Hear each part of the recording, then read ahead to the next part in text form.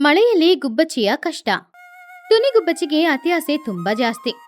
ಅವಳು ಊರಿನಲ್ಲಿ ಎಲ್ಲರಿಗಿಂತನೂ ಅಂದವಾಗಿ ಹಾಗೂ ಆಡಂಬರವಾಗಿ ಜೀವನ ಬಾಳ್ಬೇಕು ಅಂತ ಅಂದ್ಕೊಳ್ಳೋಳು. ಅವಳಿಗೆ ಊರಿನ ಮಧ್ಯದಲ್ಲಿ ಒಂದು ದೊಡ್ಡ ಮನೆ ಇತ್ತು. ಆದ್ರೂ ಕೂಡ ಇನ್ನು ಏನಾದ್ರೂ ಬೇಕು ಅಂತ ಅವಳ ಮನ್ಸು ಹೇಳ್ತಾನೆ ಇತ್ತು. ಹೀಗಿರುವಾಗ ಒಂದಿನ ಟುನಿ ಸಿಟಿಗೆ ಹೋಗಿದ್ದಾಗ ಅಲ್ಲಿಂದ ಯಾರಿಗೂ ಗೊತ್ತಿಲ್ಲದೆ ಒಂದು ಲಾಟರಿ ಟಿಕೆಟ್ನ ತಗೊಂಡ್ ಬಂದಿದ್ಲು. ಆ ಲಾಟರಿ ಟಿಕೆಟ್ ಅವಳಿಗೆ ಹೊಡೆದ್ರೆ ಅದರಲ್ಲಿ 1,00,000 ರೂಪಾಯಿ ಸಿಗುತ್ತೆ. ಹೀಗೆ ಕೆಲವು ದಿನಗಳು ಕಳೀತು. ಒಂದಿನ ಮಧ್ಯಾಹ್ನದ ಸಮಯ ಆ ಊರಿನ ಪೋಸ್ಟ್ ಮ್ಯಾನ್ ಆದ ಕೊಕ್ಕರೆ ತಾತ ಟುನಿಗುಬ್ಬಚ್ಚಿಯ ಮನೆಗೆ ಬಂದು ಬಾಗಿಲನ್ನ ತಟ್ಟಿ ಈ ರೀತಿ ಹೇಳಿತು. ಏನಮ್ಮ ತುನಿ, ಮನೆಯೊಳಗೆ ಇದ್ದೀಯಾ? ಬಾಗಿಲು ತೆಗಿಯಮ್ಮ, ನಿನಗೆ ಒಂದು ಅದ್ಭುತವಾದ ವಾರ್ತೆಯನ್ನು ತಂದಿದ್ದೀನಿ. ಆವಾಗ ಟುನಿ ಹೊರಗಡೆ ಬಂದು, ಏನ್ ತಾತ, ಬೆಳಿಗ್ಗೆ ಬೆಳಿಗ್ಗೆನೆ ಬಂದಿದ್ದೀರಾ? ನನಗೆ ಶುಭವಾರ್ತೆನಾ? ಏನದು ಶುಭವಾರ್ತೆ ತಂದಿದ್ದೀರಾ? ನಿನಗೆ ಕಾಗದ ಬರಲಿಲ್ಲಮ್ಮ, ನಿನ್ನ ದೆಸೆ ತಿರುಗಿ ಹೋಗಿದೆ. ನೀನು ಪಟ್ನಕ್ಕೆ ಹೋದಾಗ ಲಾಟ್ರಿ ಟಿಕೆಟ್ ತಗೊಂಡೆ ಅಲ್ವಾ, ಅದರಲ್ಲಿ ಬಹುಮಾನ ನಿನಗೆ ಬಿದ್ದಿದೆ. ಎಷ್ಟು ಗೊತ್ತಾ? 1,00,000 ರೂಪಾಯಿ ಕಣಮ್ಮ. ಬುಜ್ಜಿ ಒಳಗಡೆಯಿಂದ ಸಂತೋಷದಿಂದ ಬಂದು, ವಾವ್ ತಾತ, 1,00,000 ರೂಪಾಯಿ ತಾತ, ಲಾಟ್ರಿ ಹೊಡೆದಿರೋದು. ಟುನಿಗುಬ್ಬಚ್ಚಿ ತುಂಬಾ ಸಂತೋಷದಿಂದ, ನೋಡ್ದ ಬುಜ್ಜಿ, ನನ್ನ ಕನಸು ನೆರವೇರಿತು. 1,00,000 ರೂಪಾಯಿ ನನಗೆ ಸಿಕ್ಕಿದ್ರೆ ನಾನು ಈ ಊರಿಗೇನೆ ಮಹಾರಾಣಿ ಆಗ್ಬಿಡ್ತೀನಿ. ಹೌದು ತಾತ, ಆ 1,00,000 ರೂಪಾಯಿ ನನ್ನ ಕೈಗೆ ಯಾವಾಗ ಸಿಗುತ್ತೆ? ಅಮ್ಮ ತುನಿ, ನಮ್ಮ ಬ್ಯಾಂಕ್ ಆಫೀಸ್ ಕುಹುಬಾತು ಇನ್ನು 2 ದಿನದಲ್ಲಿ ತಂದ್ಕೊಡ್ತಾರೆ. ಈ ಒಳ್ಳೆ ವಿಷಯವನ್ನು ನಿನ್ ಜೊತೆ ಹೇಳಲಿಕ್ಕೇನೆ ನಾನು ಬಂದೆ. ನೀನ್ ಹಬ್ಬ ಮಾಡ್ಕೊ, ನಾನು ಹೊರಡ್ತೀನಿ. ಕೊಕ್ಕರೆ ತಾತ ಹೋದ್ಮೇಲೆ ಟುನಿ ಹಾಗೂ ಬುಜ್ಜಿ ಇಬ್ರು ತುಂಬಾನೇ ಖುಷಿಯಾಗ್ತಾ ಇದ್ರು. ಹೀಗಿರುವಾಗ 2 ದಿನಗಳಲ್ಲಿ ಕುಹುಬಾತು ಒಂದು ದೊಡ್ಡ ಬ್ಯಾಗ್ನ ತಗೊಂಡು ಅಲ್ಲಿಗೆ ಬಂತು. ಅಕ್ಕಪಕ್ಕದ ಮನೆಯವರಾದ ಚೋಟಿಗಿಳಿ, ಚಿಚುಕಾಗೆ ಇಬ್ರು ಏನ್ ವಿಷಯನೋ ಏನೋ ಅಂತ ನೋಡೋದಕ್ಕೋಸ್ಕರ ಟುನಿಯ ಮನೆಯ ಮುಂದ್ಗಡೆ ನಿಂತ್ಕೊಂಡಿದ್ರು. ತುನಿ ಅವರೇ, ನಿಮಗೆ ಶುಭಾಶಯಗಳು. ತಗೊಳ್ಳಿ, ಈ ಬ್ಯಾಗ್ನಲ್ಲಿ ನೀವು ಗೆದ್ದಂತಹ 1,00,000 ಇಟ್ಟಿದ್ದೀನಿ. ಕರೆಕ್ಟಾಗಿ ಲೆಕ್ಕಾಚಾರ ಮಾಡಿ ಇಟ್ಕೊಳ್ಳಿ. ಟುನಿ ಹೆಮ್ಮೆಯಿಂದ ಹಣ ತಗೊಂಡು, ಥ್ಯಾಂಕ್ ಯು ಕುಹು ಅವರೇ, ನಾನು ಯಾಕೆ ಲೆಕ್ಕಾಚಾರ ಮಾಡಬೇಕು? ನನಗೆ ನಿಮ್ಮ ಮೇಲೆ ನಂಬಿಕೆ ಇದೆ. ಸರಿ ಬನ್ನಿ, ಒಳಗ್ ಬಂದು ಸ್ವಲ್ಪ ಹೊತ್ತು ಕೂತು ಜ್ಯೂಸ್ ಕುಡ್ದೋಗಿ. ಅಯ್ಯೋ ತುನಿ ಅವರೇ, ಇಲ್ಲ, ನನಗೆ ಬ್ಯಾಂಕಲ್ಲಿ ತುಂಬಾನೇ ಕೆಲಸ ಇದೆ, ನಾನು ಹೊರಡಬೇಕು. ನೀವು ಹಣವನ್ನು ಲೆಕ್ಕಾಚಾರ ಮಾಡ್ಕೊಳ್ಳಿ. ಕುಹುಬಾತು ಅಲ್ಲಿಂದ ಹೋದ್ಮೇಲೆ ಚಿಚುಕಾಗೆ, ಚೋಟಿಗಿಳಿ ಇಬ್ರು ಕೂಡ ಟುನಿಗೆ ಲಾಟ್ರಿ ಹೊಡೆದಿದ್ದು ಹಣ ಸಿಕ್ಕಿದ್ರ ಬಗ್ಗೆ ಯೋಚನೆ ಮಾಡ್ಕೊಂಡು ಹೊಟ್ಟೆ ಉರ್ಕೊಳ್ತಾ ಇದ್ರು. ಆವಾಗ ಚಿಚುಕಾಗೆ ಚೋಟಿಗಿಳಿಯ ಹತ್ರ, ಏನೇ ಚೋಟು, ನೋಡ್ದ ಆ ತುನಿ ಯಾವಾಗ್ಲೂ ನಮ್ನ ಕಂಡ್ರೆ ಮಾತಾಡ್ಸ್ತಾಳೆ ಅಲ್ವಾ? ಇವತ್ತವಳಿಗೆ ಲಾಟ್ರಿ ಹೊಡಿತಲ್ಲ, ಅದಕ್ಕೆ ಅವಳಿಗೆ ಗರ್ವ. ನೋಡು, ನಮ್ನ ನೋಡಿ ಕೂಡ ನೋಡದ ಹಾಗೆ ಹೋಗ್ತಿದ್ದಾಳೆ. ಅವಳಿಗೆ ಲಾಟ್ರಿ ಹೊಡೆದಿದ್ದು ನನಗೆ ತುಂಬಾನೇ ಹೊಟ್ಟೆ ಉರಿತಾ ಇದೆ. ಚೋಟು ಕೋಪದಿಂದ, ಹೌದು ಚಿಚ್ಚು, ನೋಡು, ಅವಳು ನಮ್ನ ನೋಡಿ ಹೇಗೆ ನೋಡದ ಹಾಗೆ ತುಂಬಾ ದುರಂಕಾರದಿಂದ ಹೋಗ್ತಾ ಇದ್ದಾಳೆ. ಇವತ್ತವಳಿಗೆ ಹಣ ಬಂತಲ್ವಾ, ಆ ಹಣ ಇಟ್ಕೊಂಡು ಅವಳು ದೊಡ್ಡ ಬಿಸ್ನೆಸ್ ಮಾಡಿ ಮೇಲ್ಮಟ್ಟಕ್ಕೆ ಹೋಗ್ಬಿಟ್ರೆ ನಮ್ನ ನೋಡದೇ ಇಲ್ಲ. ಆ ಹಣ ಅವಳಿಗೆ ಸಿಗದ ಹಾಗೆ ಏನಾದ್ರೂ ಮಾಡ್ಬೇಕು. ಹಾಗೆ ಹೊಟ್ಟೆ ಉರ್ಕೊಂಡು ಅವರಿಬ್ರು ಅಲ್ಲಿಂದ ಹೋದ್ರು. ಮನೆಯೊಳಗಡೆ ಹೋಗಿ ಟುನಿಗುಬ್ಬಚ್ಚಿ ಆ ಹಣನ ನೋಡಿ ತುಂಬಾನೇ ಸಂತೋಷ ಪಡ್ತಿದ್ಲು. ಆವಾಗ್ಲೇ ಬುಜ್ಜಿ ಅಲ್ಲಿಗ್ ಬಂದ್ಲು. ಬುಜ್ಜಿ, ನೋಡ್ದ ಎಷ್ಟೊಂದು ಹಣ? ಈ ಹಣದಲ್ಲಿ ಈ ಊರಲ್ಲೇ ಯಾರು ಕಟ್ಟದಂತಹ ದೊಡ್ಡ ಬಂಗ್ಲೆನ ಕಟ್ತೀನಿ. ಆ ಚಿಚ್ಚು, ಆ ಚೋಟು ನಮ್ಮ ಮನೇನ ನೋಡಿ ಹೊಟ್ಟೆ ಕಿಚ್ಚು ಪಡ್ಬೇಕು ಅವರು. ಬುಜ್ಜಿ ಆಶ್ಚರ್ಯದಿಂದ, ಏನಮ್ಮ, ಯಾಕಮ್ಮ ನಮಗೆ ಮನೆ? ನಮಗೆ ಇಷ್ಟು ದೊಡ್ಡ ಹಂಚಿನ ಮನೆ ಇದೆ. ಇದು ಬಿಸ್ಲಿಗೆ ಮಳೆಗೆ ತುಂಬಾನೇ ಸುರಕ್ಷಿತವಾಗಿದೆ. ಹಾಗಿರುವಾಗ ನಾವು ಯಾಕಮ್ಮ ಮನೆನ ಕಟ್ಬೇಕು? ಸುಮ್ನೆ ಮನೆ ಕಟ್ಟಕ್ಕೋಸ್ಕರ ಇಷ್ಟೊಂದು ಹಣನ ಅನವಶ್ಯಕವಾಗಿ ಖರ್ಚು ಮಾಡೋದ್ ಬೇಡ. ಅಯ್ಯೋ ಬುಜ್ಜಿ, ಮನೆ ಯಾವತ್ತೂ ವೇಸ್ಟ್ ಆಗಲ್ಲ. ನಾವಿರುವಂತಹ ಈ ಮನೆ ತುಂಬಾ ಹಳೇದಾಗಿದೆ ಅಲ್ವಾ? ಅದೇ ಸಿಟಿಯಲ್ಲಿರೋರು 2 ಅಂತಸ್ತಿನ ಕಟ್ಟಡವನ್ನು ಕಟ್ಕೋತಾರೆ. ನಾವು ಮಾತ್ರ ಯಾಕೆ ಅಷ್ಟು ದೊಡ್ಡ ಅಂತಸ್ತಿನ ಮಹಡಿಯನ್ನು ಕಟ್ಬಾರ್ದು? ಅಯ್ಯೋ ಅಮ್ಮ, ಈ ಹಣದಲ್ಲಿ ನಾವು ಮನೆ ಕಟ್ಟೋದ್ ಬೇಡ. ನನ್ನ ಮುಂದಿನ ವಿದ್ಯಾಭ್ಯಾಸಕ್ಕೆ ಖರ್ಚು ಮಾಡಬಹುದು, ಅಥವಾ ನಾವು ಯಾವುದಾದ್ರೂ ಹೊಸ ವ್ಯಾಪಾರವನ್ನು ಆರಂಭಿಸಿ ಇನ್ನು ವೃದ್ಧಿಯಲ್ಲಿ ಮೇಲ್ಮಟ್ಟಕ್ಕೆ ಹೋಗ್ಬೋದು. ಸುಮ್ನೆ ಇವಾಗ ಮಳೆಕಾಲ ಬರ್ತಿದೆ, ಈ ಸಮಯದಲ್ಲಿ ಅನವಶ್ಯಕವಾಗಿ ಮನೆ ಕಟ್ಟೋದು ಬೇಡ ಅನ್ಕೋತೀನಿ. ಹಣ ಖರ್ಚು ಮಾಡ್ಬೇಕು ಅಂತ ತಪ್ಪು ದಾರಿಯನ್ನು ಹಿಡಿಯೋದ್ ಬೇಡಮ್ಮ. ಟುನಿ ಕೋಪದಿಂದ, ಇಲ್ಲಿ ನೋಡು ಬುಜ್ಜಿ, ನೀನ್ ಸುಮ್ನೆ ಬಾಯಿ ಮುಚ್ಕೊಂಡಿರೋ. ನಾನು ಈ 1,00,000 ರೂಪಾಯಿ ಹಣದಲ್ಲಿ ದೊಡ್ಡ ಪ್ಯಾಲೇಸ್ ನ ಕಟ್ಟಕ್ಕಾಗುತ್ತಾ? ಇಲ್ಲ ಅಲ್ವಾ? ಸ್ವಲ್ಪ ನೋಡ್ಲಿಕ್ಕೆ ಅಂದ ಚಂದವಾಗಿ ಕಾಣುವ ರೀತಿ ಒಂದು ಮನೆನ ಕಟ್ತೀನಿ ಅಷ್ಟೇ ತಾನೆ. ನೀನ್ ಸುಮ್ನೆ ಏನೇನೋ ಹೇಳ್ಬೇಡ. ನನ್ನ ಪ್ಲಾನ್ ಸೂಪರ್ ಆಗಿ ವರ್ಕೌಟ್ ಆಗುತ್ತೆ. ಅಮ್ಮ, ನೀವು ಎದುರಿಗೆ ಚೆನ್ನಾಗಿರುವ ರೀತಿ ಒಳಗೆ ಏನೇನೋ ಕಲಬೆರಕೆಯಾದ ಇಟ್ಟಿಗೆ ಮರಳು ಎಲ್ಲ ಇಟ್ಟು ಮನೆನ ಕಟ್ಬೇಡಿ. ಆಡಂಬರಕ್ಕೆ ಕಟ್ಟಕ್ ಹೋಗಿ ನಮಗೆ ಲಾಸ್ ಆಗುತ್ತೆ. ಪ್ಲೀಸ್ ಅಮ್ಮ, ನನ್ ಮಾತು ಕೇಳಿ ಅಮ್ಮ. ಅಯ್ಯೋ ಸಾಕು, ನಿನ್ ಪುರಾಣನ ನಿಲ್ಸ್ತೀಯಾ? ನಾನು ನೋಡ್ಲಿಕ್ಕೆ ಅಂದವಾದ ಒಂದು ಮನೆಯನ್ನು ಕಟ್ಟಿ ಉಳಿದ ಹಣದಲ್ಲಿ ಒಂದು ಡಬಲ್ ಡೋರು ಫ್ರಿಡ್ಜ್, ಹಾಗೇನೆ ಒಂದು 65 ಇಂಚು ಟಿವಿ, ಮನೆಗೆ ಬೇಕಾದ ವಸ್ತುಗಳನ್ನ ತಗೋತೀನಿ. ಎಲ್ಲರೂ ನಮ್ಮನ್ನ ನೋಡಿ ಹೊಟ್ಟೆ ಕಿಚ್ಚು ಪಡ್ಬೇಕು. ಹಾಗೆ ಬುಜ್ಜಿ ಗುಬ್ಬಚ್ಚಿ ಎಷ್ಟು ಹೇಳಿದ್ರು ಕೂಡ ಟುನಿ ಅದನ್ನ ಒಪ್ಕೊಳ್ಳೇ ಇಲ್ಲ. ಅವಳ ಹಳೆ ಮನೆ ಇರುವ ಪಕ್ಕದಲ್ಲಿರುವ ಖಾಲಿ ಜಾಗದಲ್ಲಿ 2 ಫ್ಲೋರ್ ಇರುವ ಒಂದು ದೊಡ್ಡ ಮನೆನ ಕಟ್ಟದ್ಲು. ಆದ್ರೆ ಖರ್ಚು ಕಡಿಮೆ ಆಗಬೇಕು ಅನ್ನೋದಕ್ಕೋಸ್ಕರ ಅವಳು ಸ್ವಲ್ಪ ಕಮ್ಮಿ ಬೆಲೆಯಲ್ಲಿರುವ ವಸ್ತುಗಳಿಂದ ಆ ಮನೆನ ಕಟ್ಟಿದ್ಲು. ಆ ಮನೆ ನೋಡಕ್ ಚೆನ್ನಾಗಿತ್ತು. ಅದು ಅಲ್ಲದೆ ಮಿಕ್ಲಿರುವ ಹಣದಲ್ಲಿ ಅವಳ ಮನೆಗೆ ಎಸಿ, ಟಿವಿ, ಸೋಫಾ, ಮಂಚ ಎಲ್ಲಾನು ಹಾಕದ್ಲು. ಆ ಮನೆ ಗೃಹ ಪ್ರವೇಶಕ್ಕೆ ಹೋಗಿ ಬಂದವರು ಎಲ್ರು ಕೂಡ ಆ ಮನೆನ ನೋಡಿ ಹೊಟ್ಟೆ ಉರ್ಕೊಳ್ತಾ ಇದ್ರು. ಹೀಗೆ ದಿನಗಳು ಹೋಗ್ತಾ ಇತ್ತು. ಟುನಿ ಹಾಗೂ ಬುಜ್ಜಿ ಇಬ್ರು ಆ ಹೊಸ ಮನೆಯಲ್ಲಿ ಬಾಳ್ತಾ ಇದ್ರು. ಯಾವಾಗ್ಲೂ ಎಸಿ, ಫ್ಯಾನ್ ಎಲ್ಲಾನು ಅಲ್ಲಿ ರನ್ ಆಗ್ತಾನೆ ಇತ್ತು. ಹೀಗಿರುವಾಗ ಒಂದಿನ ಮಧ್ಯಾಹ್ನದ ಸಮಯ ಆಕಾಶದಲ್ಲಿ ವಾತಾವರಣ ಬದಲಾಯಿತು. ಮೋಡಗಳೆಲ್ಲ ಕಪ್ಪಾಗಿ ಬದಲಾಗಿ ಮೇಲೆ ಗಾಳಿ ಬೀಸ್ತಾ ಇತ್ತು. ಮೇಲೆ ಬೀಸ್ತಾ ಇದ್ದ ಗಾಳಿ ಸ್ವಲ್ಪ ಸಮಯದಲ್ಲಿ ಬಿರುಗಾಳಿಯಾಗಿ ಬದಲಾಗ್ತಾ ಇತ್ತು. ಆವಾಗ ಅದನ್ನ ನೋಡಿ ಬುಜ್ಜಿ ಗುಬ್ಬಚ್ಚಿ, ಅಮ್ಮ, ಹೊರಗಡೆ ನೋಡಿದ್ರ ಗಾಳಿ ಎಷ್ಟು ಜೋರಾಗಿ ಬೀಸ್ತಾ ಇದೆ. ಮರಗಳು ಕೂಡ ಗಾಳಿಗೆ ತುಂಬಾ ಅಲ್ಲಾಡ್ತಾ ಇದೆ. ಟುನಿ ಟಿವಿ ನೋಡ್ಕೊಂಡು, ಗಾಳಿ ಬಂದ್ರೆ ಬರ್ಲಿ ಬುಜ್ಜಿ, ನಾವು ಸುರಕ್ಷಿತವಾಗಿ ಇದ್ದೀವಲ್ವಾ, ನಮಗೆ ಆ ಗಾಳಿಯ ಶಬ್ದ ಕೂಡ ಕೇಳಿಸ್ತಾ ಇಲ್ಲ. ಸರಿ, ಹೊಸ ಸೀರಿಯಲ್ ಬಂದಿದೆ ನೋಡು, ಆರಾಮವಾಗಿ ಕೂತ್ಕೊಂಡು ನೋಡು. ಹಾಗೆ ಬಿರುಗಾಳಿ ಜೋರಾಗಿ ಬೀಸ್ತಾ ಇತ್ತು. ಟುನಿ ಗುಬ್ಬಚ್ಚಿ ಖರ್ಚು ಕಡಿಮೆ ಮಾಡೋದಕ್ಕೋಸ್ಕರ ಕಲಬೆರಕೆ ವಸ್ತುಗಳಿಂದ ಮನೆ ಕಟ್ಟಿರೋದ್ರಿಂದ ಇವಾಗ ಆ ಗಾಳಿಗೆ ಮನೆ ಮೆಲ್ಲ ಅಲ್ಲಾಡಕ್ಕೆ ಶುರುವಾಯ್ತು. ಮನೆಯೊಳಗಡೆ ಗೋಡೆಗಳು ಎಲ್ಲಾನು ಬಿರುಕು ಬಿಡುವ ಶಬ್ದನೂ ಕೇಳಿಸ್ತು. ಅದನ್ನ ನೋಡಿ ಬುಜ್ಜಿ ತುಂಬಾನೇ ಹೆದರದ್ಲು. ಅಮ್ಮ, ಅಮ್ಮ, ಇಲ್ಲಿ ನೋಡಿ ಅಮ್ಮ, ನಮ್ಮ ಗೋಡೆಗಳೆಲ್ಲ ಬಿರುಕು ಬಿಡ್ತಾ ಇದೆ. ಹಾಗೇನೆ ನಮ್ಮ ಮನೆ ಅಲುಗಾಡ್ತಾ ಇದೆ. ಈ ಎಸಿ ಶಬ್ದದಲ್ಲಿ ನಿಮಗೆ ಏನೂ ಕೇಳಿಸ್ತಾ ಇಲ್ಲ. ಸ್ವಲ್ಪ ಎದ್ದು ನೋಡಿ ಅಮ್ಮ. ಆವಾಗ ಟುನಿ ಹೆದರ್ಕೊಂಡೆ, ಏನೋ ಮನೆ ಅಲುಗಾಡ್ತಾ ಇದೀಯಾ? ಆವಾಗ ಟುನಿ ಸೀಲಿಂಗ್ ನ ನೋಡಿ, ಅಯ್ಯೋ, ಸೀಲಿಂಗ್ ಮೇಲೆ ಬಿರುಕು ಬಿಡ್ತಾ ಇದೆ, ಸಿಮೆಂಟ್ ಎಲ್ಲ ಕೆಳಗೆ ಬೀಳ್ತಾ ಇದೆ. ಬುಜ್ಜಿ ಅಳುತ್ತಾ, ಅಮ್ಮ, ನಾನು ಅವತ್ತೇ ಹೇಳ್ದೆ ಕಡಿಮೆ ಕ್ವಾಲಿಟಿಯ ಸಿಮೆಂಟ್ ಎಲ್ಲ ಹಾಕಿ ಮನೆನ ಕಟ್ಟೋದ್ ಬೇಡ ಅಂತ. ಆದ್ರೆ ನೀವು ನನ್ ಮಾತ್ ಕೇಳಿದ್ರ? ಇವಾಗ ನೋಡಿದ್ರ? ಸರಿ, ಬೇಗ ಹೊರಗಡೆ ಹೋಗೋಣ. ಇಲ್ಲೇ ಈ ಮನೆಯಲ್ಲಿ ಸಿಕ್ಕಾಕೊಂಡು ಸತ್ತೋಗ್ತೀವಿ. ಬನ್ನಿ ಅಮ್ಮ, ಬನ್ನಿ. ಅಯ್ಯೋ ಬುಜ್ಜಿ, ನನ್ನ ಹೊಸ ಟಿವಿ, ಎಸಿ, ಫ್ರಿಡ್ಜ್ನೆಲ್ಲ ಬಿಟ್ಟು ಹೇಗೆ ಹೋಗೋದು ಬುಜ್ಜಿ? ಬುಜ್ಜಿ ಟುನಿ ಕೈಯನ್ನ ಗಟ್ಟಿಯಾಗಿ ಹಿಡ್ಕೊಂಡು, ಏನಮ್ಮ, ಜೀವ ಹೋಗ್ತಿದೆ ಅಂದ್ರೂ ಕೂಡ ಆ ಫ್ರಿಡ್ಜ್, ಎಸಿ ಅಂತ ಮಾತಾಡ್ತಾ ಇದ್ದೀಯಾ? ಜೀವ ಇದ್ರೆ 10 ಎಸಿ, ಟಿವಿನೆಲ್ಲ ತಗೋಬಹುದು. ಬನ್ನಿ ಅಮ್ಮ. ಹಾಗೆ ಬುಜ್ಜಿ ಗುಬ್ಬಚ್ಚಿ ಅವಳ ತಾಯಿ ಕೈಯನ್ನ ಗಟ್ಟಿಯಾಗಿ ಹಿಡ್ಕೊಂಡು ಮನೆಯಿಂದ ಹೊರಗಡೆ ಕರ್ಕೊಂಡ್ ಬಂದ್ಲು.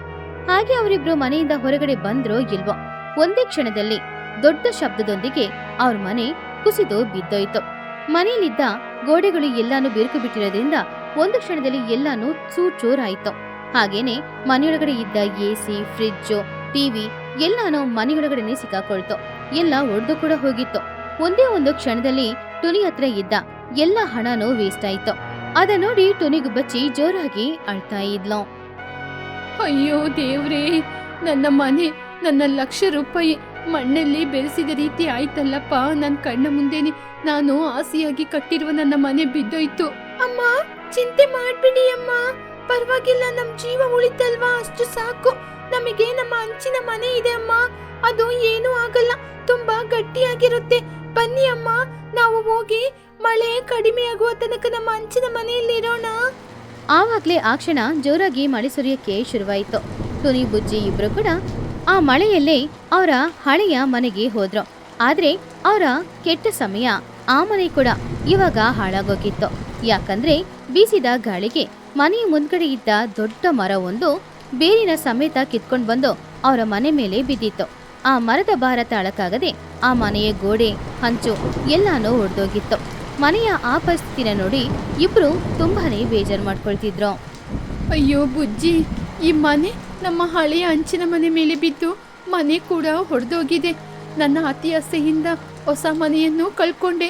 ಇವಾಗ ಹಳೆ ಮನೆಯನ್ನು ಕಳ್ಕೊಂಡು ನಡು ರಸ್ತೆಯಲ್ಲಿ ನಿಂತಿದೀವಿ. ಇನ್ನು ನಮ್ಮ ಪರಿಸ್ಥಿತಿ ಏನಮ್ಮ? ಆವಾಗ ಬುಜ್ಜಿ ಅಳುತ್ತಾ, ಅಮ್ಮ, ನನಗೆ ತುಂಬಾನೇ ಭಯ ಆಗ್ತಾ ಇದೆ. ಇವಾಗ ನಾವು ಏನಮ್ಮ ಮಾಡೋದು? ನಮ್ಮ 2 ಮನೆಯನ್ನು ಕಳ್ಕೊಂಡು ನಾವಿವಾಗ ಬೀದಿಯಲ್ಲಿ ನಿಂತಿದ್ದೀವಿ. ಆವಾಗ್ಲೇ ಟುನಿ ಹಾಗೂ ಬುಜ್ಜಿ ಇಬ್ರು ಜೋರಾಗಿ ಅಳ್ತಾ ಇರುವ ಶಬ್ದ ಕೇಳಿ ಪಕ್ಕದ ಮನೆಯಲ್ಲಿದ್ದ ಚಿಚುಕಾಗೆ ಹಾಗೂ ಚೋಟುಗಿಳಿ ಇಬ್ರು ಹೊರಗಡೆ ಬಂದ್ರು. ಟುನಿಯ ಹೊಸ ಮನೇನೂ ಬಿದ್ದೋಗಿತ್ತು, ಹಾಗೇನೆ ಅವಳ ಹಳೆಯ ಮನೇನೂ ಬಿದ್ದೋಗಿತ್ತು. ಅವರಿಬ್ರು ಮಳೆಯಲ್ಲಿ ನಿಂತ್ಕೊಂಡಿದ್ರು. ಇದನ್ನ ನೋಡಿದ ಚೋಟು ಹಾಗೂ ಚಿಚು ಇಬ್ರಿಗೂ ಕೂಡ ತುಂಬಾನೇ ಖುಷಿಯಾಯ್ತು. ಅರೆದರೇ ಚೋಟು, ಅಲ್ಲಿ ನೋಡ್ದ ತುನಿಯ ಅಷ್ಟು ದೊಡ್ಡ ಬಂಗ್ಲೆ ಇವಾಗ ನೀರಿನ ಪಾಲಾಗಿದೆ. ಅವಳ 1 ಲಕ್ಷ ಹಣ ಇವಾಗ ನೀರಲ್ಲಿ ಬಿಟ್ಟಂಗೆ ಆಗಿದೆ. ಇವಾಗ ನೋಡು, ನಡು ರಸ್ತೆಯಲ್ಲಿ ನಿಂತಿದ್ದಾಳೆ. ಆವಾಗ ಚೋಟು ನಗುತ್ತಾ, ಹೌದು ಚಿಚ್ಚು, ಅವಳು ಕಲಬೆರಕೆಯಾದ ಕಲ್ಲು ಮಣ್ಣು ಇಟ್ಟಿಗೆಯಿಂದ ಮನೆನ ಆಡಂಬರಕ್ಕೋಸ್ಕರ ಕಟ್ಟಿದ್ಲು. ಇವಾಗ ನೋಡ್ದ ಅವಳ ಪರಿಸ್ಥಿತಿ ಹೇಗೆ ಆಗಿದೆ ಅಂತ. ಅವಳಿಗೆ ಹಾಗೆ ಆಗ್ಬೇಕು. ಅವತ್ತವಳು ಎಷ್ಟೊಂದು ಹಣದ ದುರಂಕಾರದಲ್ಲಿದ್ಲು. ನನಗಂತೂ ಅವಳ ಮನೆಗೆ ಸೇರ್ಸ್ಕೊಳ್ಳೋ ಉದ್ದೇಶನೇ ಇಲ್ಲ. ಹಾಗೆ ಅವರಿಬ್ರು ಕಠಿಣವಾದ ಮಾತುಗಳನ್ನ ಮಾತಾಡಿ ಮನೆಯೊಳಗಡೆ ಹೋಗ್ಬಿಟ್ರು. ಪಾಪ ಟುನಿ ಹಾಗೂ ಬುಜ್ಜಿ ಇಬ್ರು ಇನ್ನು ಮಳೆಯಲ್ಲಿ ಒದ್ದೆಯಾಗಿ ಹಾಗೇನೆ ಹೊರಗಡೆ ನಿಂತ್ಕೊಂಡಿದ್ರು. ಅವ್ರಿಗೆ ಹೋಗಕ್ಕೆ ಬೇರೆ ಎಲ್ಲೋ ಜಾಗನೂ ಇಲ್ಲ. ಇದೆಲ್ಲ ಹೀಗಿರುವಾಗ ಮನೆಯೊಳಗಡೆ ಇದ್ದ ಚಿನ್ನುಕಾಗೆ ಬನ್ನುಕಿಳಿ ಇಬ್ರು ಕೂಡ ಕಿಟಕಿಯಿಂದ ಟುನಿ ಹಾಗೂ ಬುಜ್ಜಿಯ ಪರಿಸ್ಥಿತಿಯನ್ನ ನೋಡಿ ಬೇಜಾನ್ ಮಾಡ್ಕೊಳ್ತಿದ್ರು. ಅವರ ತಾಯಿಯಂದಿರ ತರ ಅವರಿಂದ ಯೋಚನೆ ಮಾಡಕ್ಕಾಗಲ್ಲ, ಯಾಕಂದ್ರೆ ಅವರಿಬ್ರು ಕೂಡ ಬುಜ್ಜಿಯ ಸ್ನೇಹಿತರು. ಲೇ ಬನ್ನು, ಅಲ್ಲಿ ನೋಡು, ಬುಜ್ಜಿ ತುನಿ ಆಂಟಿ ಮಳೆಯಲ್ಲಿ ನೆನ್ಕೊಂಡು ಅಳ್ತಾ ಇದ್ದಾರೆ. ನಮ್ಮ ಅಮ್ಮನವರು ಅವ್ರನ್ನ ಮನೆಯೊಳಗೆ ಬಿಡುವ ಪರಿಸ್ಥಿತಿ ಇಲ್ಲ ಅಂತ ಮಾತಾಡ್ಕೋತಾ ಇದ್ದಾರೆ. ನನಗೆ ಅವ್ರನ್ನ ನೋಡಿದ್ರೆ ತುಂಬಾ ದುಃಖ ಆಗ್ತಿದೆ. ಹೌದು ಕಣೋ ಬನ್ನು, ನನಗೂ ಕೂಡ ಅವ್ರನ್ನ ನೋಡುವಾಗ ತುಂಬಾನೇ ಬೇಜಾರಾಗ್ತಾ ಇದೆ. ಅವರು ಮಳೆಯಲ್ಲಿ ನನಿತಾ ಇದ್ದಾರೆ. ಇದು ನನಗೊಂದು ಐಡಿಯಾ ಬಂತು. ನಮ್ಮ ಮನೆಯಲ್ಲಿ ವಾಟರ್ ಪ್ರೂಫ್ ಒಂದು ಟೆಂಟ್ ಇದೆ, ಅದನ್ನ ತಗೊಂಡೋಗಿ ಕೊಟ್ರೆ ಮಳೆಯಲ್ಲಿ ನೆನೆಯದ ಹಾಗೆ ಇರ್ತಾರೆ. ಚಿನ್ನು, ಸೂಪರ್ ಐಡಿಯಾ ಕಣೋ. ನೀನ್ ಹೋಗಿ ತಗೊಂಬ. ನಮ್ಮ ಮನೆಯಲ್ಲಿ ಸ್ವಲ್ಪ ಸೌದೆ ಅಡಿಗೆ ಮಾಡ್ಲಿಕ್ಕೆ ವಸ್ತುಗಳೆಲ್ಲ ಇದೆ. ನಾನು ಅದು ನೀರಲ್ಲಿ ನೆನೆಯದ ಹಾಗೆ ಒಂದು ಪ್ಲಾಸ್ಟಿಕ್ ಕವರಿಗೆ ಹಾಕೊಂಡು ತಗೊಂಬರ್ತೀನಿ. ನಮ್ಮ ಅಮ್ಮನವರು ನೋಡ್ಲಿಕ್ಕೆ ಮುಂಚೆ ಅದನ್ನ ತಗೊಂಡೋಗಿ ಕೊಟ್ಬಿಡೋಣ. ಹಾಗೆ ಮಕ್ಳಿಬ್ರು ಅವ್ರ ತಾಯಿಯಂದ್ರಿಗೆ ಗೊತ್ತಿಲ್ಲದೆ ಟೆಂಟು ಹಾಗೇನೆ ಸ್ವಲ್ಪ ಸೌದೆಗಳು ಬೇಕಾಗಿರೋ ಸಾಮಗ್ರಿಗಳನ್ನ ತಗೊಂಡ್ ಬಂದ್ರು. ತುನಿ ಚಿಕ್ಕಮ್ಮ ಅಳ್ಬೇಡಿ, ಬುಜ್ಜಿ ನೀನ್ ಕೂಡ ಅಳ್ಬೇಡ. ನಾನು ನಿಮಗೋಸ್ಕರ ವಾಟರ್ ಪ್ರೂಫ್ ಟೆಂಟ್ ತಂದಿದ್ದೀನಿ. ಇದರಲ್ಲಿ ನೀರು ಮನೆಯೊಳಗೆ ಬರೋದಿಲ್ಲ. ಇದನ್ನ ಕಟ್ಕೊಂಡು ಆರಾಮವಾಗಿರಿ, ಅಳ್ಬೇಡಿ ನೀವು. ಹೌದು ಆಂಟಿ, ನಾನು ಕೂಡ ನಿಮಗೆ ಬಿಸಿ ಕಾಯಲಿಕ್ಕೆ ಸ್ವಲ್ಪ ಸೌದೆಯನ್ನು ತಂದಿದ್ದೀನಿ. ಇಲ್ಲೇ ಪಕ್ಕದಲ್ಲಿ ನೀರು ಬೀಳದ ಸ್ಥಳದಲ್ಲಿ ಟೆಂಟ್ ಕಟ್ಕೊಳ್ಳೋಣ ಬನ್ನಿ. ಅದನ್ನ ನೋಡಿ ಟುನಿ ಆಶ್ಚರ್ಯದಿಂದ, ಮಕ್ಳೇ, ನಿಮ್ಮ ಅಮ್ಮಂದಿರು ನಮ್ಮನ್ನ ನೋಡಿ ನಗ್ತಾ ಇದ್ರೆ ನೀವು ಮಾತ್ರ ನಮ್ಮನ್ನ ಕಾಪಾಡಕ್ಕೆ ಈ ಟೆಂಟ್ ತಗೊಂಬಂದ್ರ? ನಿಮ್ಮ ಮನಸ್ಸು ಒಳ್ಳೆ ಮನಸ್ಸು, ನಿಮಗೆ ಕೋಟಿ ನಮನಗಳು. ಬನ್ನು, ಚಿನ್ನು, ಬುಜ್ಜಿ, ಟುನಿ 4 ಜನನು ಸೇರಿ ಆ ಟೆಂಟ್ ಅನ್ನ ಬೇಗನೆ ಕಟ್ಟಿದ್ರು. ಆಮೇಲೆ ಅವ್ರು ಎಲ್ರು ಕೂಡ ಆ ಟೆಂಟ್ ಒಳಗಡೆ ಹೋಗಿ ಕೂತ್ಕೊಂಡಿದ್ರು. ಟೆಂಟ್ ಒಳಗಡೆ ಮಳೆನೂ ಇಲ್ಲ, ಚಳಿನೂ ಇಲ್ಲ, ತುಂಬಾ ಬೆಚ್ಚಗಿತ್ತು. ಆವಾಗ ಬುಜ್ಜಿಗೂ ಬಚ್ಚಿ, ಅಮ್ಮಯ್ಯ ತಪ್ಪಿಸ್ಕೊಂಡ್ವಿ ಅಂತ ಅನ್ಕೊಂಡ್ಲು. ತುಂಬಾ ಥ್ಯಾಂಕ್ಸ್ ಕಣೋ ಬನ್ನು, ಚಿನ್ನು. ನೀವು ಮಾತ್ರ ಇಲ್ಲದಿದ್ರೆ ಈ ಮಳೆಯಲ್ಲಿ ನಾವು ನೆನಿತಾ ಇದ್ದಿರ್ತೀವಿ. ನಿಮಗೆ ತುಂಬಾ ತುಂಬಾ ಥ್ಯಾಂಕ್ಸ್ ಕಣ್ರೋ. ಬನ್ನು ನಗುತ್ತಾ, ಚಿಕ್ಕಮ್ಮ, ಇಲ್ಲಿ ನೋಡಿ ನಾನು ತಂದಿರುವ ಸೌದೆ ಇಲ್ಲಿ ಬೆಂಕಿ ಹಾಕಿ, ನೀವು ಚಳಿ ಇಲ್ಲದೆ ಇರ್ತೀರಾ. ಹಾಗೆ ಟುನಿಗೂ ಬಚ್ಚಿ 3 ಕಲ್ಲನ್ನ ಟೆಂಟ್ ಒಳಗಡೆ ತಗೊಂಡು ಬಂದಿಟ್ಟು ಅದರಲ್ಲಿ ಸೌದೆಗಳನ್ನ ಇಟ್ಟು ಒಲೆ ಕಚ್ಚಿದ್ಲು. ಆಮೇಲೆ ಹಳೆ ಮನೆಯಿಂದ ತಗೊಂಡ್ ಬಂದ ಒಂದು ಚಿಕ್ಕ ಪಾತ್ರೆ, ಸ್ವಲ್ಪ ಟೀ ಹುಡಿ, ಸ್ವಲ್ಪ ಸಕ್ಕರೆ ಹಾಲು ಎಲ್ಲಾನು ಒಯ್ದು ಮಕ್ಕಳಿಗೋಸ್ಕರ ಆ ಚಳಿಯಲ್ಲಿ ಬಿಸಿ ಬಿಸಿ ಟೀ ಮಾಡಿ ಕೊಟ್ಲು. ಮಕ್ಕಳು ಕೂಡ ಆ ಟೀನ ಬಿಸಿ ಬಿಸಿಯಾಗಿ ಕುಡಿದ್ರು. ಮಕ್ಕಳೇ, ತಗೊಳ್ಳಿ ಟೀ, ಬಿಸಿ ಬಿಸಿ ಚಳಿಗೆ ಟೀ ಕುಡಿರಿ. ನೀವು ಮಾಡಿದ ಉಪಕಾರವನ್ನು ನಾವು ನಮ್ಮ ಜೀವನದಲ್ಲಿ ಮರೆಯೋದಿಲ್ಲ. ಬುಜ್ಜಿ ಟೀ ಕುಡ್ಕೊಂಡು ಕಣ್ಣಲ್ಲಿ ಕಣ್ಣೀರೊಂದಿಗೆ, ಅಮ್ಮ ನೋಡಿದ್ರ, ಆವತ್ತೇ ನಾನು ನಿಮಗೆ ಹೇಳಿದೆ ಈ ರೀತಿ ಕಲಬೆರಕೆ ಇರುವ ಕಲ್ಲು ಮಣ್ಣು ಇಟ್ಟಿಗೆ ಹಾಕಿ ಮನೆ ಕಟ್ಬೇಡಿ ಅಂತ. ಆದ್ರೆ ನೀವು ನನ್ನ ಮಾತು ಕೇಳಿದ್ರ, ಎಲ್ಲರಿಗಿಂತ ಆಡಂಬರವಾದ ಜೀವನವನ್ನು ಮಾಡ್ಬೇಕು ಅಂತ ಈ ರೀತಿ ಮನೆ ಕಟ್ಟಿದ್ರಿ. ಈ ಪ್ರಕೃತಿ ಮುಂದೆ ಯಾವುದೂ ಇಲ್ಲಮ್ಮ. ನಮ್ಮ ಹಂಚಿನ ಮನೆ ಕೂಡ ಮರ ಬಿದ್ದು ಹಾಳಾಗೋಯ್ತು. ನಮ್ಮ ಅತಿಯಾಸೆ ಇದ್ರೆ ಹೀಗೇನೆ ಅಮ್ಮ. ಪ್ರಕೃತಿ ಮುಂದೆ ನಾವು ಅತಿಯಾಸೆ ಗರ್ವದಿಂದ ಇದ್ರೆ ನಮಗೆ ಕೊನೆಗೆ ಈ ಪರಿಸ್ಥಿತಿಯೇ ಬರದಮ್ಮ. ಟುನಿ ಕಣ್ಣಲ್ಲಿ ಕಣ್ಣೀರೊಂದಿಗೆ ಅವಳು ಮಾಡಿದ ತಪ್ಪನ್ನ ಅರ್ಥ ಮಾಡ್ಕೊಂಡ್ಲು. ಹೌದು ಬುಜ್ಜಿ, ನೀನು ಸಣ್ಣ ಮಗುವಾದ್ರೂ ಕೂಡ ನನಗೆ ಬುದ್ಧಿ ಬರುವ ರೀತಿ ಹೇಳಿದೆ. ನಾನು ಹಣ ಬಂದ ತಕ್ಷಣ ಹಣದ ದುರಂಕಾರದಿಂದ ಆಡಂಬರಕ್ಕೋಸ್ಕರ ಹಾರಾಟ ಮಾಡಿ ದೊಡ್ಡ ಮನೆಯನ್ನು ನಿರ್ಮಾಣ ಮಾಡಿಕೊಂಡು ಎಲ್ಲವನ್ನು ನಾನು ಕಳ್ಕೊಂಡೆ ಇವಾಗ. ಆದ್ರೆ ಈ ಮಕ್ಕಳು ಆತ್ಮೀಯತೆ ಅಂದ್ರೆ ಏನು ಅಂತ ಕಲ್ಸ್ಕೊಟ್ಟಿದ್ದಾರೆ.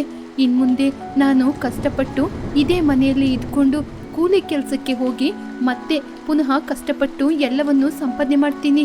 ಹೊಸ ಜೀವನವನ್ನು ಪ್ರಾರಂಭಿಸ್ತೀನಿ. ಆಂಟಿ, ನೀವು ನಡೆದಿದ್ದ ಬಗ್ಗೆ ಆಲೋಚನೆ ಮಾಡಬೇಡಿ. ನಾವು ಪ್ರತಿಯೊಂದಕ್ಕೂ ನಿಮ್ಮ ಜೊತೆನೇ ಇರ್ತೀವಿ. ಆ ದಿನದಿಂದ ಟುನಿಗುಬ್ಬಚ್ಚಿ ಅವಳ ಅತಿ ಆಸೆ, ದುರಾಸೆ, ಆಡಂಬರ ಖರ್ಚು ಎಲ್ಲಾನು ಬಿಟ್ಬಿಟ್ಲು. ಇನ್ ಮುಂದೆ ಇರೋ ಹಣದಲ್ಲಿ ಸಂತೋಷವಾದ ಜೀವನ ಬಾಳ್ಬೇಕು ಅಂತ ಅವಳು ಅಂದ್ಕೊಂಡ್ಲು. ಹಾಗೆ ಆ ದಿನದಿಂದ ಟುನಿಗುಬ್ಬಚ್ಚಿ ಕಷ್ಟಪಟ್ಟು ದುಡಿಯಕ್ಕೆ ಶುರು ಮಾಡಿದ್ಲು. ಮಳೆ ಎಲ್ಲಾನು ಬಿಡೋ ತನಕ ಟುನಿ ಹಾಗೂ ಬುಜ್ಜಿ ಇಬ್ರು ಕೂಡ ಅದೇ ಆ ಟೆಂಟಿನ ಮನೆಯಲ್ಲೇ ಸಂತೋಷವಾಗಿ ಬಾಳ್ತಾ ಇದ್ರು. ಇವಾಗ ಅವ್ರಿಗೆ ಯಾವುದೇ ಕಷ್ಟನೂ ಇಲ್ಲ. ಬನ್ನು ಬುಜ್ಜಿ ಇಬ್ರು ಕೂಡ ಒಳ್ಳೆ ಸ್ನೇಹಿತರಾಗಿದ್ರು. ಅವರಿಬ್ರು ಕಷ್ಟಪಟ್ಟು ಸಿಟಿಯಲ್ಲಿ ಕಾಲೇಜ್ ಮುಗಿಸಿ ಆಮೇಲೆ ಅವ್ರ ಊರಿಗೆ ವಾಪಸ್ ಬಂದಿದ್ರು. ಅವ್ರ ಜೊತೆನೆ ಸಿಟಿಯಲ್ಲಿ ಡಿಗ್ರಿ ತಗೊಂಡ ಚಿನ್ನುಕಾಗಿಗೆ ಒಂದು ಒಳ್ಳೆ ಸಾಫ್ಟ್ವೇರ್ ಕಂಪನಿಯಲ್ಲಿ ಒಳ್ಳೆ ಕೆಲ್ಸಾನು ಸಿಕ್ತು. ಅವನು ಹಾಗೇನೆ ಅಲ್ಲಿ ಸೆಟಲ್ ಆದ. ಆದ್ರೆ ಅವನ ಜೊತೆನೆ ಡಿಗ್ರಿ ಮುಗಿಸ್ತಾ ಬುಜ್ಜಿ ಬನ್ನೋ ಇಬ್ರು ಕೆಲ್ಸಕ್ಕೋಸ್ಕರ ಯಾವುದೇ ಟ್ರೈ ಮಾಡ್ಲೇ ಇಲ್ಲ. ಮನೇಲಿ ಸುಮ್ನೆ ಕೂತ್ಕೊಂಡು ಟೈಮ್ನ ವೇಸ್ಟ್ ಮಾಡ್ತಾ ಇದ್ರು. ಯಾವಾಗ ನೋಡಿದ್ರು ಊರನ್ನ ಸುತ್ತಾಡ್ಕೊಂಡ್ ಬರೋದೇ ಅವ್ರ ಕೆಲ್ಸ. ಅವರ ತಾಯಿಯಂದ್ರಾದ ಟುನಿಗುಬ್ಬಚ್ಚಿ, ಚೋಟಿಗಿಳಿ ಇಬ್ರು ಕೂಡ ಅವ್ರಿಗೆ ಎಷ್ಟೇ ಹೇಳಿದ್ರು ಕೂಡ ಅವ್ರದನ್ನ ಕಿವಿಯಲ್ಲಿ ಹಾಕೊಳ್ಳೇ ಇಲ್ಲ. ಹೀಗಿರುವಾಗ ಒಂದಿನ ಬೆಳಗ್ಗೆ ಕೈಯಲ್ಲಿ ಪರ್ಕೆ ಹಿಡ್ಕೊಂಡು ಟುನಿ ತುಂಬಾ ಕೋಪದಿಂದ, ಏನೇ ಬುಜ್ಜಿ, ಇನ್ನು ಎಷ್ಟೊತ್ತು ಅಂತ ನಿದ್ರೆ ಮಾಡ್ತೀಯಾ? ಡಿಗ್ರಿ ಓದ್ಕೊಂಡ್ಬಿಟ್ಟೆ ಅಂತ ಊರಿಡೀ ಡಂಗುರ ಸಾರಿಸ್ಕೊಂಡು ಬಂದಿದೀಯಾ ಅಷ್ಟೇ. ಆದ್ರೆ ಏನೋ ಕೆಲ್ಸಕ್ಕೆ ಹೋಗದೆ ಮಲ್ಗಿ ನಿದ್ರೆ ಮಾಡೋದೊಂದೇ ನಿನ್ ಕೆಲ್ಸ. ಆ ಚಿನ್ನುಕಾಗಿನ ನೋಡಿ ಕಲ್ತ್ಕೊಳ್ಳೆ. ಅವನು ಕೂಡ ನಿನ್ ಜೊತೆ ತಾನೇ ಓದಿದ್ದು. ನೋಡು, ಅವನು ಸೂಟು ಬೂಟು ಹಾಕೊಂಡು ಪಟ್ನದಲ್ಲಿ ಎಷ್ಟ್ ಚೆನ್ನಾಗಿ ಕೆಲಸ ಮಾಡ್ತಾ ಇದ್ದಾನೆ ಅಂತ. ಆವಾಗ ಬುಜ್ಜಿ ನಿದ್ರೆಯಿಂದ ಎದ್ದು, ಅಪ್ಪ, ಬೆಳಿಗ್ಗೆ ಬೆಳಿಗ್ಗೆ ಏನಮ್ಮ ನಿನ್ ಗೋಳು? ಡಿಗ್ರಿ ಓದಿ ನನ್ ಮೂಳೆ ಎಲ್ಲ ಬಿಸಿಯಾಗಿದೆ. ಒಂದು 6 ತಿಂಗಳು ಮನೆಯಲ್ಲಿ ನೆಮ್ಮದಿಯಾಗಿ ಇರೋಣ ಅಂತ ನೋಡಿದ್ರೆ ನೀನ್ ಯಾಕಮ್ಮ ನನ್ ಜೀವ ತಿಂತ ಇದ್ದೀಯಾ?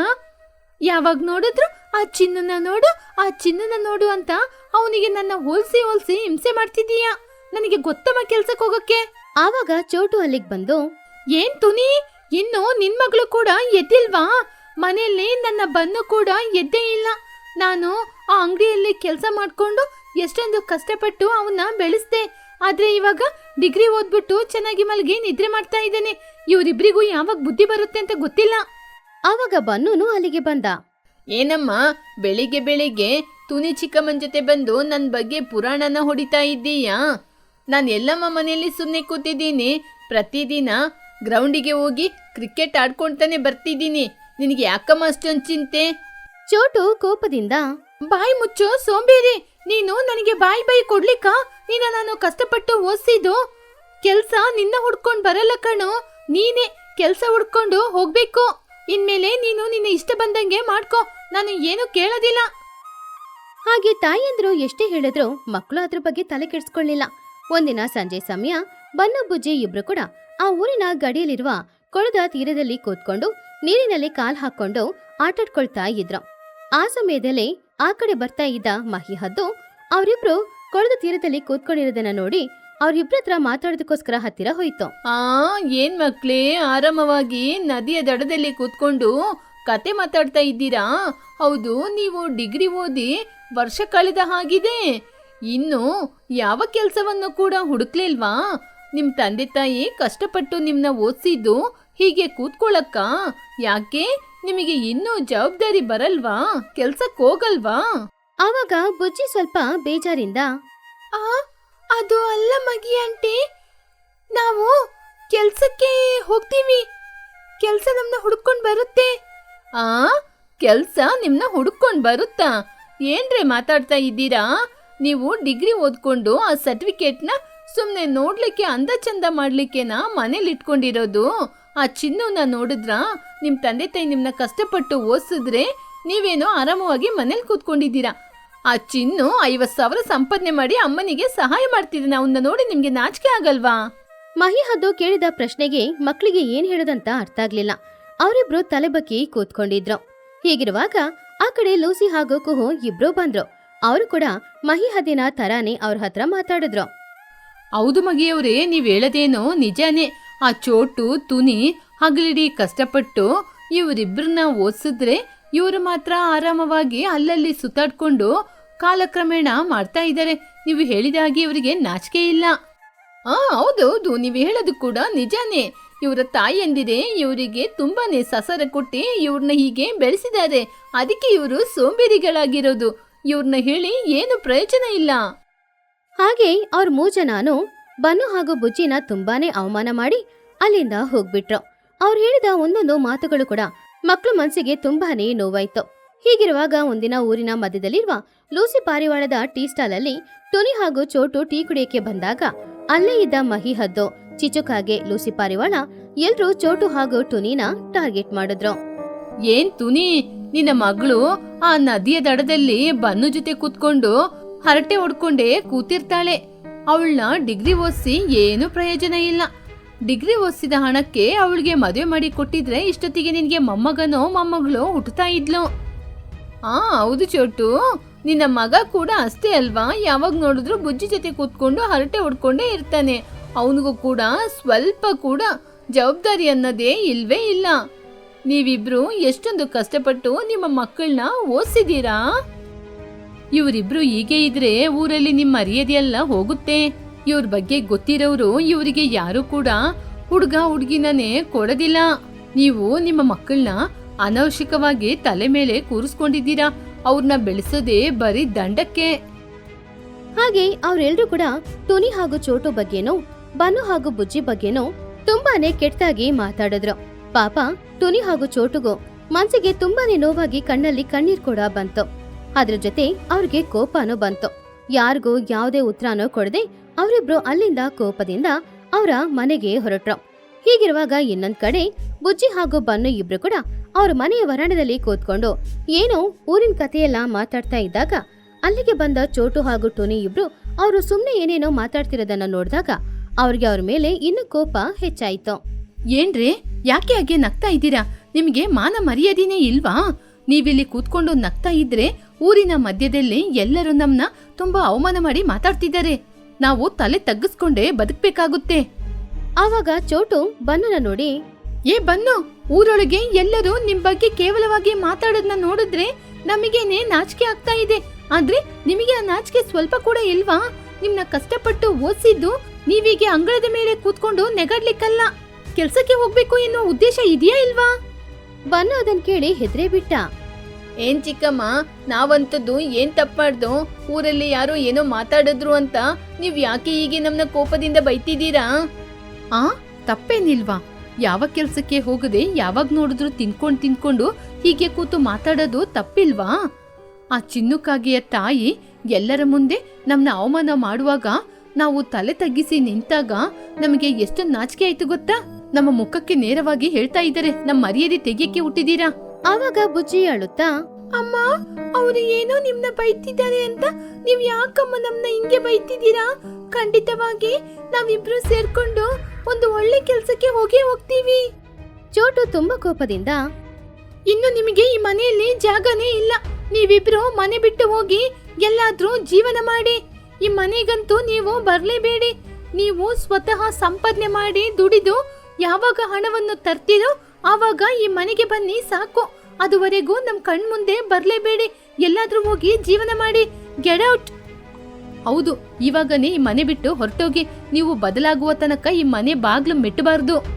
ತಾಯಿಯಂದಿರು ಹೇಳಿದ ಮಾತನ್ನ ಕೇಳಿ ಮಕ್ಕಳಿಗೆ ಮನ್ಸಿಗೆ ತುಂಬಾ ನೋವಾಯ್ತು. ಅವ್ರು ಎಷ್ಟೇ ಬೇಡ್ಕೊಂಡ್ರು ಕೂಡ ತಾಯಿಯಂದ್ರು ಒಪ್ಕೊಳ್ಳೇ ಇಲ್ಲ. ಬೇರೆ ದಾರಿ ಇಲ್ದೆ ಅವಮಾನ ತಡ್ಕೊಳಕ್ಕಾಗದೆ ಬೇಜಾರಿಂದ ಮಕ್ಳಿಬ್ರು ಮನೆಯಿಂದ ಹೊರಗಡೆ ಹೊರಟ್ರು. ಅವರು ಅವ್ರ ಊರನ್ನ ದಾಟಿ ಬೇರೆ ಊರಿಗೆ ಹೋಗುವ ದಾರಿಯಲ್ಲಿ ಒಂದು ಅಮಾನುಷ್ಯವಾದ ಜಾಗದಲ್ಲಿ ಬುಜ್ಜಿ ಜೋರಾಗಿ ಅಳೋಕೆ ಶುರು ಮಾಡಿದ್ಲು.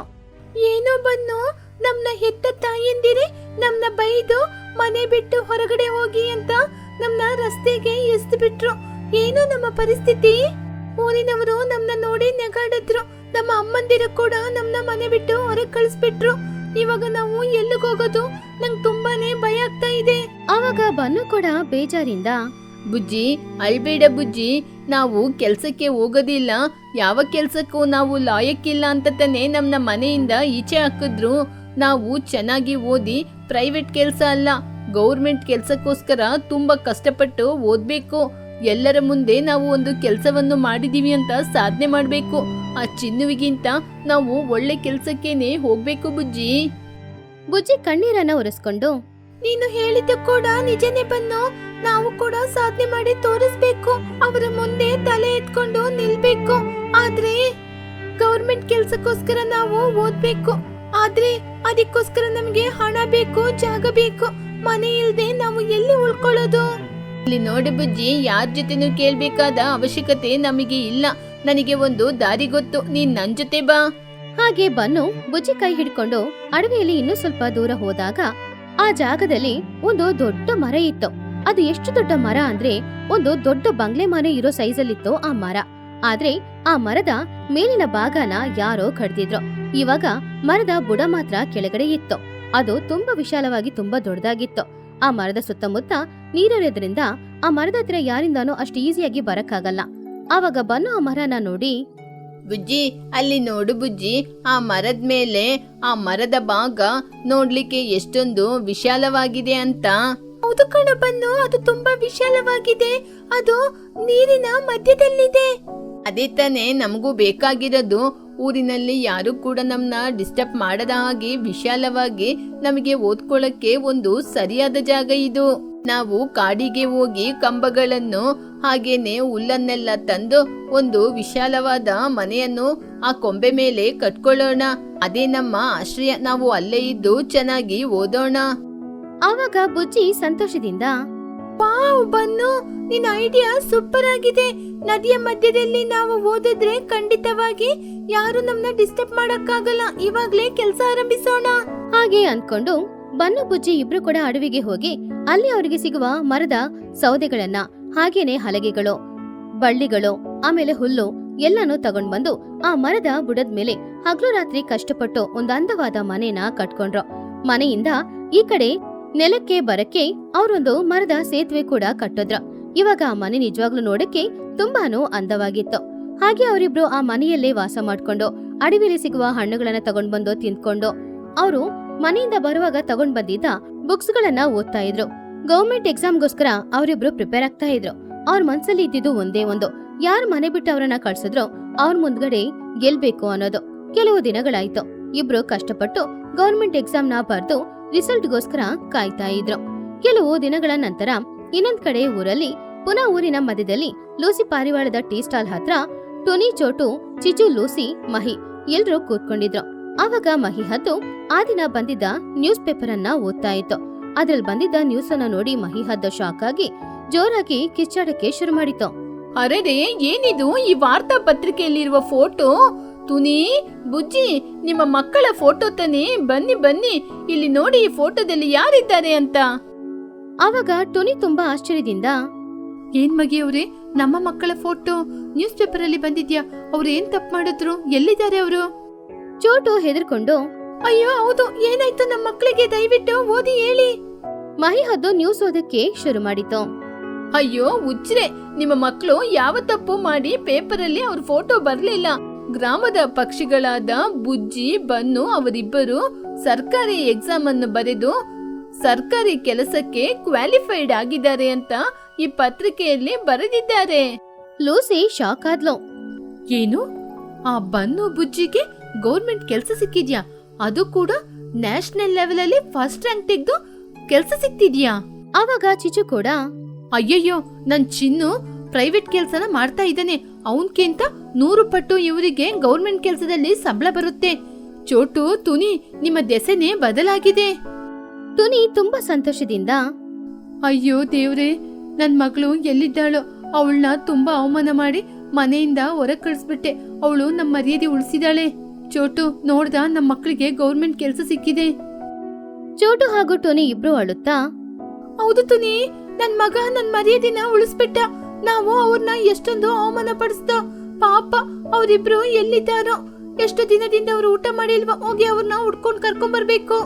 ಹಾಗೆ ಚೋಟು ಹಾಗೂ ಟೋನಿ ಇಬ್ರು ಮಕ್ಕಳನ್ನ ಹುಡ್ಕೊಂಡು ಅಡವಿ ದಾರಿಯಲ್ಲಿ ಹೋದ್ರು. ಅವ್ರ ಹಿಂದ್ಗಡೆನೆ ಮಹಿ ಹದ್ದು, ಚಿಚುಕಾಗೆ, ಲೂಸಿನೂ ಹೋದ್ರು. ಅಡವಿಯಲ್ಲಿ ಸುಮಾರು ದೂರ ಹೋಗ್ತಾ ಇದ್ದಾಗ ಅಲ್ಲಿ ಒಂದು ಕೊಳದ ಮಧ್ಯದಲ್ಲಿ ಒಂದು ದೊಡ್ಡ ಮರ ಇತ್ತು. ಆ ಮರದ ಕೆಳಗಡೆ ಒಂದ್ ಮನೇನೂ ಇತ್ತು. ಆಶ್ಚರ್ಯ ಏನು ಅಂದ್ರೆ ಆ ಮನೆ ಹೊರಗಡೆ ಕೂತ್ಕೊಂಡಿದ್ದು ಬುಜ್ಜಿ ಹಾಗೂ ಬನ್ನು ಇಬ್ರು ಮಾತ್ರ. ಅವರು ಅವರಿಬ್ರನ್ನ ಅಲ್ಲಿ ನೋಡಿ ಆಶ್ಚರ್ಯಪಟ್ರು. ಆವಾಗ ಟುನಿ ಚೋಟಿ ಇಬ್ರು ಅವ್ರ ಹತ್ರ ಹೋಗಿ ಜೋರಾಗಿ, ಬುಜ್ಜಿ, ನನ್ನಮ್ಮ. ಬನ್ನು, ನನ್ ಮಗನೇ, ನನ್ನ ಕ್ಷಮಿಸೋ. ಬುಜ್ಜಿ ಬನ್ನು ಇಬ್ರು ಅವರ ತಾಯಿಯಂದಿರನ್ನ ನೋಡಿ ಸಂತೋಷದಿಂದ ಈ ಕಡೆ ತೀರಕ್ಕೆ ಬಂದ್ರು. ಆವಾಗ ಟೋನಿ ಹಾಗೂ ಚೋಟು ಮಕ್ಕಳನ್ನ ನೋಡಿ ಪ್ರೀತಿಯಿಂದ, ನನ್ನ ಕ್ಷಮಿಸಮ್ಮ, ಊರಿನವರ ಮಾತು ಕೇಳಿ ನಿನ್ನ ಮನೆ ಬಿಟ್ಟು ಹೊರಗಾಕ್ಬಿಟ್ಟೆ. ನೀವು ಎಷ್ಟೊಂದು ಕಷ್ಟಪಟ್ರಲ್ವಾ ಈ ಕಾಡಿನಲ್ಲಿ. ಇವತ್ತು ನಿಮ್ಮ ಸಾಧನೆಯ ವಿಜಯವನ್ನು ನೋಡಿ ನಮ್ಮ ಜೀವ ಸಾರ್ಥಕವಾಯಿತು. ಆವಾಗ ಬುಜ್ಜಿ ಅಳುತ್ತಾ, ಅಮ್ಮ, ನೀವು ಚಿಂತೆ ಮಾಡ್ಬೇಡಿ. ಅವತ್ತು ಮಾತ್ರ ನೀವು ನಮ್ಮನ್ನು ಬೈದು ಮನೆಯಿಂದ ಹೊರಗಡೆ ಕಳ್ಸದಿದ್ರೆ ನಮ್ ಜೀವನ ಆ ಜಗಲಿ ಮೇಲೇನೆ ಕೂತ್ಕೊಂಡು ಮಾತಾಡುವ ರೀತಿ ಆಗ್ತಿತ್ತು. ನಿಮ್ಮಿಂದಾನೆ ನಾವು ಇಷ್ಟು ದೊಡ್ಡ ಸಾಧನೆಯನ್ನು ಮಾಡಿರೋದು. ಆವಾಗ ಮಹಿ ಹದ್ದು ತಲೆ ಬಗ್ಗೆ ನಿಂತು, ಮಕ್ಳೇ, ನಮ್ಮನ್ನು ಕೂಡ ಕ್ಷಮಿಸಿ. ನಾವು ಕೂಡ ನಿಮ್ನ ತುಂಬಾನೇ ಅವಮಾನ ಮಾಡ್ಬಿಟ್ಟು. ಆದ್ರೆ ನೀವು ಇವತ್ತು ಒಳ್ಳೆ ವಿಜಯವನ್ನು ಸಾಧನೆ ಮಾಡಿ ಆ ಮರದ ಮೇಲೆ ಮನೆಯನ್ನು ಕಟ್ಕೊಂಡು ಸಂತೋಷವಾಗಿ ಜೀವನ ಮಾಡಿದೀರಾ. ನಮ್ಮನ್ನು ಕ್ಷಮಿಸಿ. ಹೌದು ಮಕ್ಳೇ, ಆ ಮರದ ಮೇಲೆ ನೀವೇನ ಮನೆ ಕಟ್ಕೊಂಡಿದ್ದು. ನೀವು ಮಾಡಿರುವ ಸಾಧನೆಯನ್ನು ನೋಡಿದ್ರೆ ನಮ್ಮ ಮಕ್ಕಳು ನಿಮ್ಮ ಮುಂದೆ ಯಾವುದಕ್ಕೂ ನಿಲ್ಲಕ್ಕಾಗಲ್ಲ. ಆವಾಗ ಬನ್ನು ನಗುತ್ತಾ, ಹೌದು ಆಂಟಿ, ನಮ್ಮ ಕಷ್ಟಕ್ಕೆ ಈ ಮನೆಯೇ ದೊಡ್ಡ ಬುನಾದಿ. ಕಷ್ಟ ಬಂದಾಗ ಯಾರಾದ್ರೂ ಅಳ್ತಾರೆ, ಆದ್ರೆ ನಾವು ಸಾಧನೆಯನ್ನು ಮಾಡಿ ತೋರಿಸಿದೀವಿ. ಇಷ್ಟು ದಿನ ಟುನಿ ಚೋಟು ಹಾಗೂ ಬುಜ್ಜಿ ಬನ್ನುನ ಯಾರೆಲ್ಲ ಊರಿನಲ್ಲಿ ಅವಮಾನ ಮಾಡಿದ್ರು ಅವರೇ ಈ ದಿನ ಬಾಯಿ ತುಂಬಾ ಮಕ್ಕಳನ್ನ ನೋಡಿ ಹೊಗಳೋ ತರ ಆಗಿತ್ತು. ಅದನ್ನ ನೋಡಿ ಟುನಿ ಹಾಗೂ ಚೋಟು ಇಬ್ರು ಸಂತೋಷ ಪಟ್ರು. ತಮ್ಮ ಮಕ್ಕಳನ್ನ ಕರ್ಕೊಂಡು ಅವ್ರೆಲ್ರೂ ಊರಿಗೆ ವಾಪಸ್ ಬಂದ್ರು. ತಾಯಿಯಂದ್ರು ಬೈಯೋದು ನಾವು ಚೆನ್ನಾಗಿರ್ಬೇಕು ಅನ್ನೋದಕ್ಕೋಸ್ಕರ. ಹೇಗೋ ಅವ್ರ ಮಾತ್ ಕೇಳಿ ನಾವು ಚೆನ್ನಾಗಿ ಓದಿ ಕಷ್ಟಪಟ್ರೆ ನಮಗೆ ಒಂದ್ ಒಳ್ಳೆ ಕೆಲ್ಸಾನು ಸಿಗುತ್ತೆ. ಜೀವನದಲ್ಲಿ ನಾವು ಚೆನ್ನಾಗಿರ್ತೀವಿ.